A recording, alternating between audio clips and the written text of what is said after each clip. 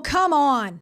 America, are your kids actually learning reading, writing, and math in school?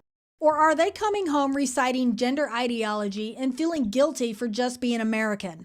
Yeah, that's the reality in too many classrooms today. And as a fed up conservative mom from small town Missouri, I am done pretending it's okay.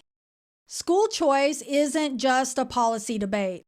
It's the next big battle to win back our kids' futures before the left turns another generation into confused, undereducated activists. Hey Patriots, I'm She's Right, your unapologetic cut through the BS guide. And if you're a parent who's sick of pouring tax dollars into a broken system that fails kids while pushing politics, buckle up, Buttercup. Today, we're tearing into why school choice is the fight we cannot lose. Let's start with the ugly truth nobody in the teachers' union wants you to hear. American public schools are tanking. Reading and math scores have been dropping for years. Many kids are graduating high school barely able to read at grade level, let alone compete globally. In big blue districts, it's even worse. Chronic absenteeism through the roof, violence in the hallways, metal detectors at the doors like it's a prison instead of a place of learning. I've talked to moms in my own community who've pulled their kids because the school couldn't even keep the lights on consistently or stop fights from breaking out constantly. And what do we get for all those tax dollars? Excuses, that's what. Funding issues, they say. While superintendents rake in six-figure salaries and buildings sit half empty post-COVID. As a Missouri mom, I personally know hardworking families scraping by to pay property taxes that fund schools their own kids can't even thrive in. It's robbery is what it is. And the kicker? When parents complain, they get labeled as extremists or book banners. Give me a frickin' break. We're not banning books. We're begging for basics, phonics, actual history, not revisionist guilt trips. But here's where it gets infuriating. Teachers' unions, I'm looking at you. NEA and AFT have turned education into a jobs program for adults instead of a mission for kids. They fight tooth and nail against any reform that threatens their monopoly. Charter schools? Bad. Vouchers? Evil. School choice? Threat to the system. And why? Because choice means competition, and competition means accountability.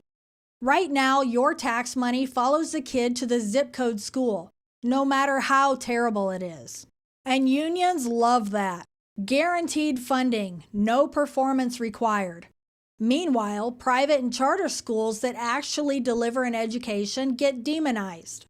I've seen it firsthand. Friends in union-heavy districts watching their kids struggle, while union dues fund political campaigns for the same politicians who keep the failing system locked in place. It's a racket, plain and simple. And don't even get me started on the COVID fallout. Schools closed indefinitely while unions demanded more pay and less work. Riddle me that. Kids lost years of critical learning. Mental health tanked, and who paid the price? Our children, not the union bosses. Now let's talk about what they're actually teaching when kids do show up. Critical race theory dressed up as equity education. Gender ideology pushed on elementary children. America portrayed as inherently racist and oppressive. And books with graphic content that would make most parents' jaws drop. And if you object, you're the problem. I'm not exaggerating. Parents across the country have found pornographic material in school libraries, lessons dividing kids by race, and surveys asking middle schoolers about their sexual preferences without parental consent. Middle schoolers. This isn't education, it's grooming, brainwashing, and indoctrination.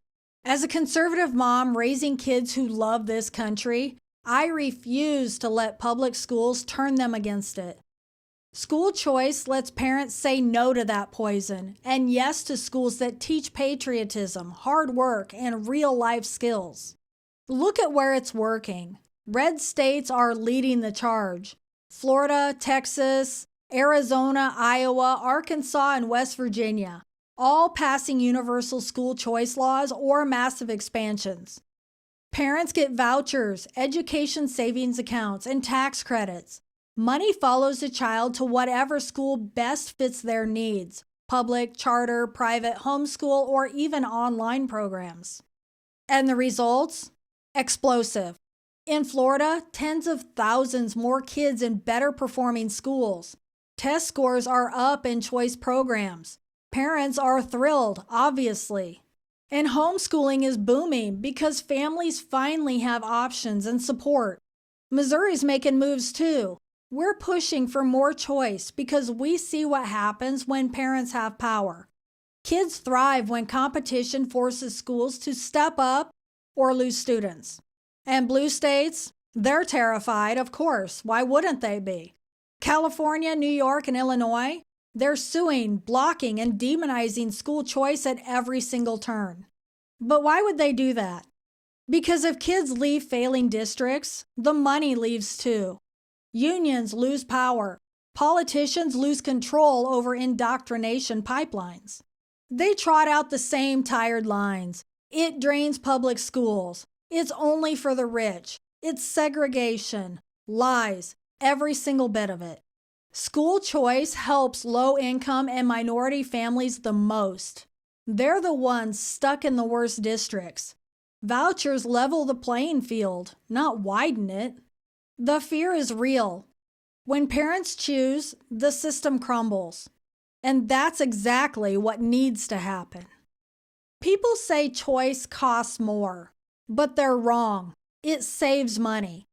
When a kid leaves a failing public school with a $15 price tag and instead goes to a private or charter school for $7,000 to $10,000 via voucher, taxpayers save money. The public school keeps most funding anyway. It's a win-win. And students back it up too. Choice programs improve outcomes for everyone, even kids who stay in public schools because competition forces improvement. Higher graduation rates, better test scores, and more college readiness. What's not to love about that? Let me know what you think. Am I missing something here? At the heart of this, it's about parental rights. God gave parents the responsibility to raise and educate their children, not government bureaucrats, not unions, and definitely not activist teachers. School choice hands power back to where it belongs, to moms and dads. I've talked to parents who've cried tears of relief when they could finally move their struggling kid to a school that fits. Kids who hated school suddenly excited to learn. Families staying together instead of uprooting for better districts. This is the fight, folks. If we win school choice nationwide, we win the future.